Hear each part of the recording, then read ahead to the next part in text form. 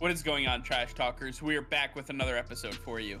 In today's video, we're going to be talking about the wild card predictions from our 2021 season preview. All that and much more coming your way right now!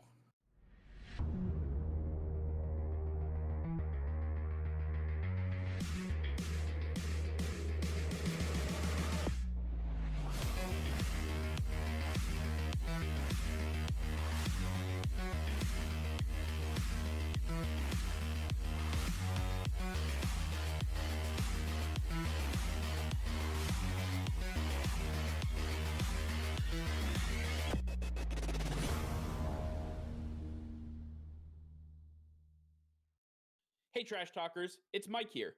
Over 93% of you who view our show each and every day are not subscribed to the channel. If you could hit that red subscribe button, it would help us out tremendously, and it is completely free for you guys. If you want to stay up to date with our daily content, then click that bell icon and you will be notified every time we go live. Nick and I both really appreciate you subscribing to the channel, and we can't wait to keep making more daily content for you. All right, Nick, as we finished up with the record predictions for all 32 NFL teams, now we have the landscape of the wild card round, the whole playoffs set up for us, and we have each matchup ready to go. So in today's video, I think we're just going to take a look at each matchup, predict a winner, go through the matchup, and figure out who belongs in the divisional round. So taking a look at the landscape of the playoffs that we have here, there's a couple of surprises, right? We can talk about the fact that, the Cleveland Browns are the number 2 seed. The Chiefs are down at the 3 seed. The New England Patriots make it for the first time since Tom Brady left for Tampa Bay. We have 2 teams from the NFC East. We only have 2 teams from the NFC West, and the Carolina Panthers and the Indianapolis Colts both make it to the playoffs with a 9-8 record. So out of all of these things that we couldn't have predicted beforehand, but have happened based on our predictions, what do you believe is the biggest surprise in the wild card round? I think the biggest surprise is who didn't make the playoffs. The Green Bay Packers, the Pittsburgh Steelers, the New Orleans Saints. There are some massive names that we have seen in the playoffs for years and years and years, and they are nowhere to be found at this time of year. They're on vacation somewhere else in the country, and it's unbelievable to think that the landscape of the NFL is changing this much, this fast. It's unbelievable to see. We knew it was inevitable, but for it to actually be happening right in front of our eyes, it's quite the surprise, and it's nice to see some of these fresh faces. The Browns are back in the playoffs for a second year. We have the Panthers back in the playoffs since 2015. The Cowboys are in the playoffs along with the Washington football team. These are some big additions, some new faces that we can finally start to cheer for. For all your teams that didn't make the playoffs, you get to root for one of these new guys, cheer them on.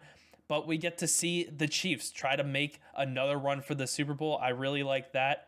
I think that there's so much going on here.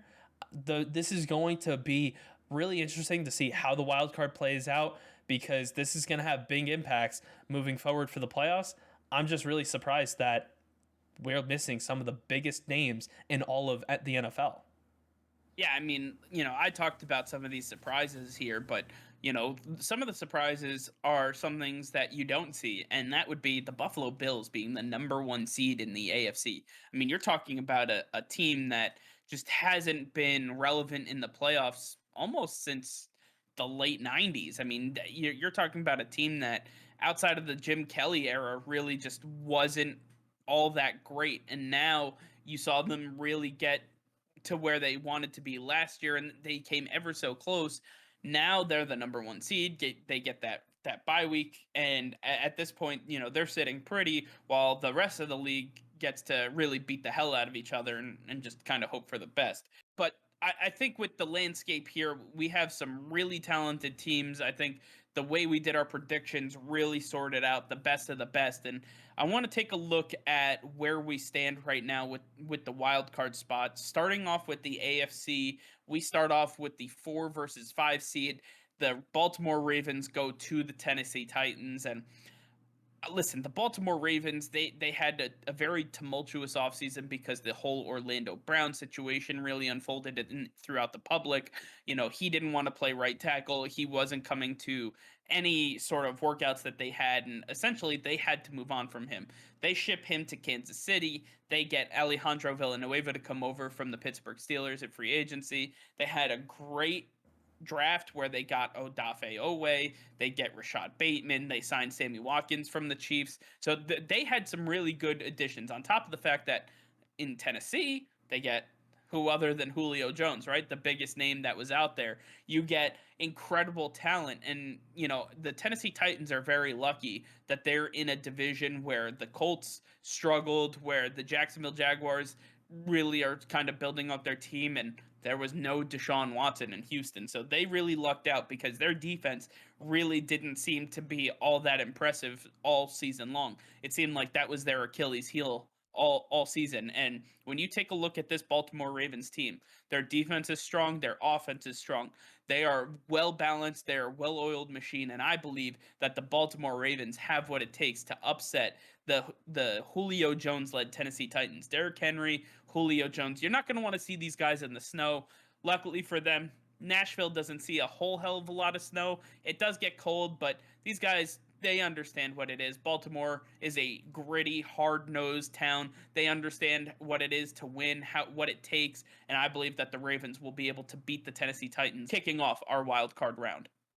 In our next matchup, we have the number 3 seed Kansas City Chiefs at home hosting the number 6 seed New England Patriots in a great matchup. We love seeing this matchup every single time. Though this time it's without Tom Brady, and it's going to be a lot harder for Cam Newton and the New England Patriots to get by the Kansas City Chiefs this time. When you break it down, the Kansas City Chiefs have Patrick Mahomes, Tyreek Hill, and Travis Kelce. That's always been the 3 staples of this offense. And you have Clyde Edwards-Helaire, who is returning for a second year as the RB1, finally ingrained as that RB1 with Le'Veon Bell out of the picture. I believe that this Kansas City Chiefs offense is going to be a lot for the Patriots defense to handle, even with the upgrades they made. Matt Judon was a big upgrade. Kyle Van Noy, bringing him back was massive, and keeping the secondary, not trading away Stephon Gilmore or J.C. Jackson, that was massive for the New England Patriots. Is that enough to stop this Chiefs offense? Not really. I believe that Tyreek Hill has proven he can beat these guys. He has been an issue for them every single time they face off. I don't think things are going to change this time. Travis Kelce, there really is nobody the Patriots have that can stop this man. Jalen Mills might be the closest thing, but he's still a little undersized. I believe Travis Kelce is going to be able to overpower him and catch all the balls that Patrick Mahomes has coming his way.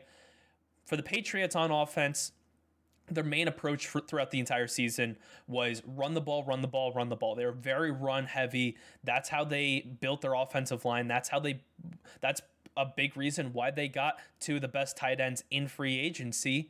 And the Chiefs are mainly going to look to stop the run game. Now you're forcing Cam Newton to throw the ball to these wide receivers, Kendrick Bourne, Nelson Aguilar, Jacoby Myers. They're okay weapons. They're decent wide receivers. But I believe that when you look at the Chiefs secondary, they have enough talent there. They have talent on the rise. And when you look at you can say the Patriots have these tight ends. They can still use them in the pass game. Tyrann Mathieu and Juan Thornhill, these are 2 very good safeties. I believe that they're going to be working extremely well against these 2 tight ends. Steve Spagnuolo always has a good game plan going against the Patriots. To me, the Chiefs are just going to know how to stop the Patriots on offense, and their offensive attack is just going to be a little too much for the Patriots to handle. The Chiefs are going to get a big wild card victory over the Patriots. So far, we have the Baltimore Ravens and the Kansas City Chiefs moving on. With the final matchup in the AFC still to come, we have the Indianapolis Colts facing off against the Cleveland Browns in Cleveland. Yes, you Cleveland fans, you get to host a playoff game and possibly more. At this point, the Browns are one of the strongest teams in the NFL. We've gone through all of their additions from Jeremiah Owusu-Koramoah to John Johnson, Troy Hill, Jadeveon Clowney, and then some. We talked about how this defense truly improved with every piece that they lost, not only did they replace, but they replaced with much, much better talent. And I believe that the Cleveland Browns are one of the strongest, if not the strongest team in the NFL. And where the Browns currently are, Baker Mayfield, Odell Beckham Jr., Jarvis Landry, this offense is going to complement the defense very well. The Indianapolis Colts, they barely make the playoffs. They come in as the 7th seed. They were tied with the Miami Dolphins at 9-8. They had the head-to-head tiebreaker, and that is the reason they're in. Otherwise, it would have been Miami. Now, with the Indianapolis Colts, you have Carson Wentz in Frank Reich's system. He has some weapons with Michael Pittman, T.Y. Hilton, Zach Pascal. You have some weapons there. You have the trio of running backs that are still available to you, Marlon Mack and Jonathan Taylor and those boys there. I think that offensively they have a lot to offer. Defensively is my biggest struggle for them. They lost Justin Houston. The back end really isn't as strong as it once was, and I believe that they're going to really miss the pieces that they lost. Like I talked about Houston, also Anthony Walker now in Cleveland. They're going to have to see him. It's going to be an interesting time. I think that the Cleveland Browns are just much stronger than the Colts, and the Browns are going to come out on top in this one. Headed over to the NFC in our first matchup of the wild card round. The number 4 seed Washington football team hosts the number 5 seed Los Angeles Rams in a very good matchup. You're looking at a very high-powered offense for the Los Angeles Rams after trading a lot to go get Matthew Stafford, and then in the offseason going to get Deshaun Jackson to be your number 3 receiver. That was a really big acquisition for them. 2 big pieces that have helped improve this offense a ton. And on the defensive side of the ball, you were able to retain Leonard Floyd, which was a big acquisition. And Aaron Donald is still there. Jalen Ramsey's still there. As long as those 3 pillars are there, I believe that this defense is going to be very strong for them in this matchup. On the other side, the Washington football team, their offense got a ton better as well. Ryan Fitzpatrick, he may not be the most consistent quarterback, but he's definitely an improvement over the revolving door they had at quarterback last season. And I think that security, that consistency for these wide receivers is going to go a long way. Curtis Samuel, Adam Humphries, the 2 notable additions to this offense, they're definitely going to help out Scary Terry McLaurin as he looks to get a ton of separation against Jalen Ramsey in this matchup. The Washington football team defense is one of the best in the NFL. They got even stronger adding William Jackson this offseason. I believe that their pass rush is going to be one of the hardest tests for this offensive line. It's going to be a real struggle for both these teams getting points on the board. To me, it's going to be a very low scoring game. But at the end of the day, I'm going to go with the veteran, the guy who knows how to clutch out wins, Matthew Stafford. This guy just knows how to execute at the end of games when games count the most. He knows what to do, and I'm going to give Matthew Stafford, the Los Angeles Rams, a big away victory in the wild card round. Huge victory for the Rams, and then we move on to the matchup between the Dallas Cowboys and the number 3 seed Minnesota Vikings. I believe that this is one hell of a matchup on the offensive side of the ball for both of these teams. I think both of these defenses truly have some holes that really were not answered, and at this point, they were kind of lucky to be in the positions that they are because they have such stout offenses. They can score with the best of them. On the side of the Minnesota Vikings, you have Justin Jefferson, who set all sorts of rookie receiving records. You have Adam Thielen, who is just a sure-handed number 1 wide receiver you can always count on. You have Irv Smith at tight end. You have Dalvin Cook, who could potentially be a 2,000-yard rusher. I mean, this guy can do it all. He can catch the ball out of the backfield. He is just another version of Christian McCaffrey in my eyes. And I truly believe that this offense is predicated on the arm of Kirk Cousins to be able to spread the ball around, get that running game in order. I think the offensive line has gotten a little more improved. So I think there's some things here for the Minnesota Vikings. The defensive side of the ball, though, some question marks. They did get a little bit better, but who knows where they'll be by this season's end. As far as the Dallas Cowboys are concerned, you're talking about the return of Dak Prescott. You're talking about the wide receiver trio of CeeDee Lamb, Amari Cooper, Michael Gallup, and that manimal Ezekiel Elliott in the backfield coming across that offensive line that they have built. One of the best offensive lines, if not the best offensive line in the NFL. I believe that the Cowboys have an extremely strong offense.